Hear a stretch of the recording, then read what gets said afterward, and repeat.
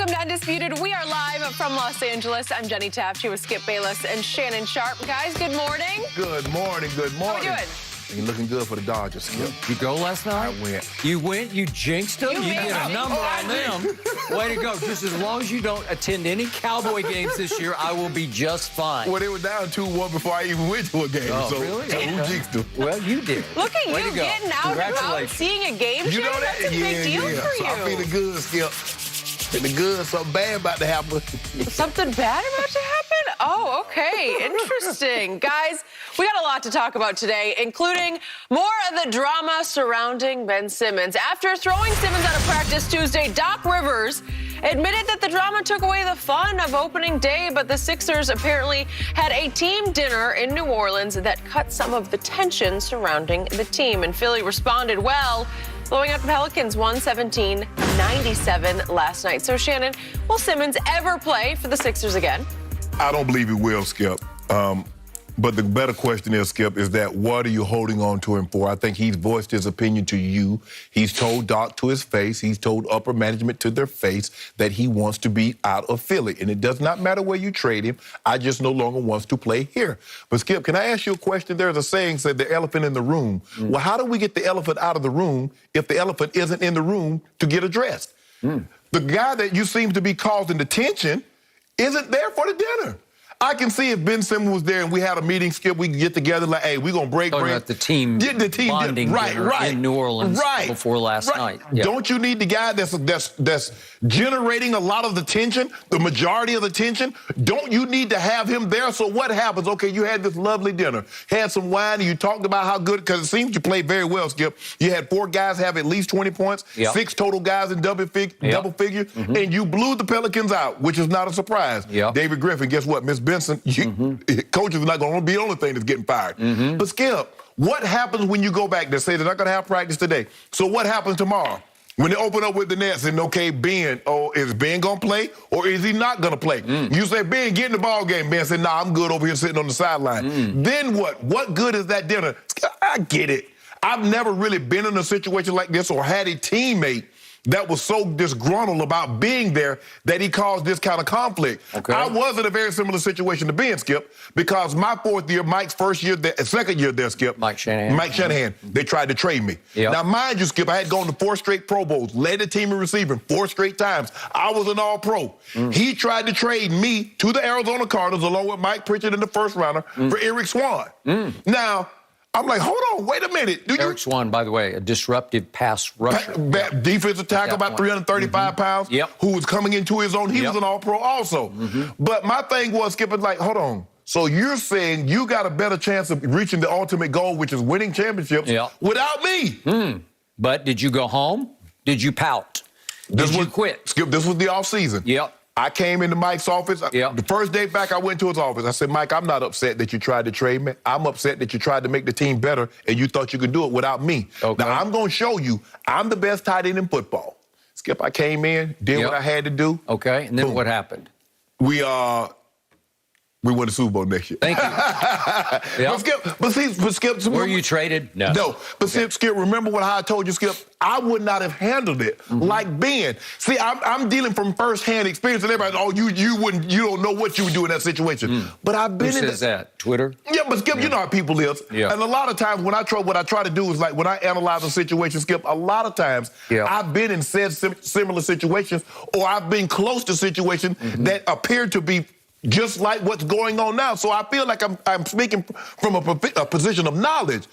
I don't like the way Ben has handled it. Skip, I believe that he should have been professional. Show up, be in shape, go through it, and just make it clear to Doc and Daryl Morey. Skip, Daryl Morey skating on this. We blame it Doc, but it's Daryl Morey that tried to get the trade, that tried to change James Harden, that I believe started the ball in motion. But he's skating right now. But we're going to talk, probably get to him down the road some point.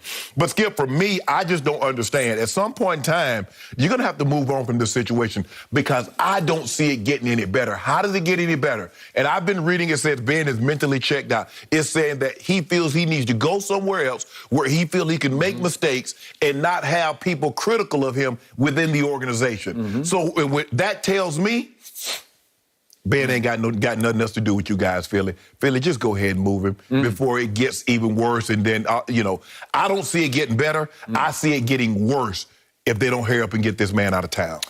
Okay, so what happened last night in New Orleans was before this game, they had a team bonding dinner. Right. And the reason you said, well, the elephant wasn't in the room at the dinner. Right. Well, that's why they had the dinner, because it was a celebration that he wasn't there. Because they embraced, and your man Joel Embiid, my man Joel Embiid, was outspoken about it. It was just so good to get out and kind of talk about everything except basketball. Right. Because, as Doc pointed out after the game, the players are getting a little sick and tired of being asked about Ben Simmons. Yes. What do you always say? That's the biggest problem, is that the rest of the team is left to night after night, no matter what happened out on the floor. What about Ben? Yeah. What about Ben? What about Ben? Yep. And after a while, it's hell with Ben. I don't want to even talk about him anymore because we didn't do it. He's doing it. Right. Although you can suggest that, that Embiid started it also by throwing him under the bus after the game. But really, Ben did it to himself. Right. He was the one who shot himself in the foot because he was the one who passed up a dunk that could have put them a point ahead, right? Okay, in Game 7 against Atlanta. Correct. All right, so what did they do? They went out against New Orleans, and albeit a New Orleans with no Zion, and you can say they have their own dysfunction going on, but still, I thought Joel Embiid, what did you say at the end of the show yesterday? You predicted he'd go 35 and 13, that he would, or 35 and 15, right? Yes. And that he would make some kind of a statement. Right. Well, he did. It just happened early in the game. And if we could just quickly see, because I was watching this game, that Embiid just came out and just said, watch this. This is the first 9 minutes of the game. He does that. That's pretty good for a 7-footer.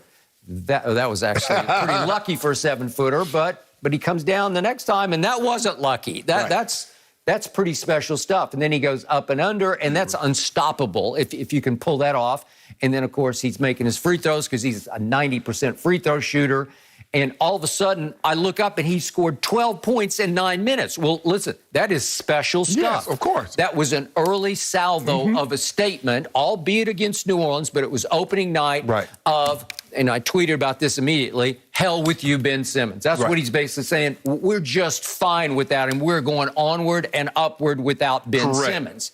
So it was so one-sided for a while that Joel didn't even play in the fourth quarter, which actually surprised me because I thought he'd want to pad the average a little bit. Get some cheap points to get closer to your 35 and 15. And he definitely would have got it too. Well, he probably would have, but he ended up with 22 and only 6 rebounds. So the point was, I think Doc is looking down the pike at Friday night at home, come the Nets. Okay? Yeah. I'm going to save Joel for that game. Right. And what was happening meantime? Off the bench came Korkmaz, who went uncorked. He just went crazy because he makes 7 of 11 shots and 4 of 4 threes and scores 22 points in only 20 minutes. Right. Well, that was the difference in the game because my man Danny Green had one of those Danny Green nights that you used to despise when he was a Laker because he played almost 19 minutes and he takes one shot and missed it and scored 0 points. But he does play good defense, as you well know. So the point was they make this statement. So the pressure, the ball goes back into the court of Ben Simmons to me. And I think it was fairly significant that they did win this game, albeit against New Orleans, because if you lose this game, you know what everybody's going to say? Well, leverage advantage Ben Simmons, right? Why not do it like what the Nets did with Kyrie? Instead of having him, he might play, he might not play. They just said no. Just stay away. So guess what now? You're not going to get asked about Kyrie and the vaccination. If you just tell Ben Simmons to stay away, you don't have to worry about getting asked. Is Ben going to play this week? I know, but that's what my mother used to call classic cutting off your nose to spite your face. The only way they're going to be able to move Ben Simmons for what he is worth or even approximately what he is worth is if he plays, if he does what Shannon Sharp says a pro would do, come and play and participate full force. Put your heart back into it because you're going to have to play your way out of town instead of act your way out of town. No, because if I start playing, see, that's what Anthony Davis did. Now, Anthony Davis handled it correct. He came in and played, and Dale Dem said, well, man, he enjoyed himself. AD was averaging 29 and 12. He's like, well, he enjoyed himself. I'm not going to move him. That's what you're going to do with Ben Simmons. Ben Simmons comes out there, gives you 18, 9, and 9. Y'all not moving him. You go like, we can win a championship with him. So he's like, nah, I ain't giving you none of that. I'm gonna give that 18, 9, and 9. I'm going to give that to my new team. Yeah, my new girl going to get the car. She going to get the new bags and everything. Not the old one. Okay, I believe the Sixers' MO here, I'm going from the top down, from the owner down.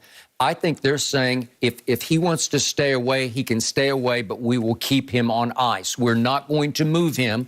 We'll just keep him on ice. You cut your nails off to spite your face. Okay, well, again, it's better to do it that way than to have to give him away right now. You're asking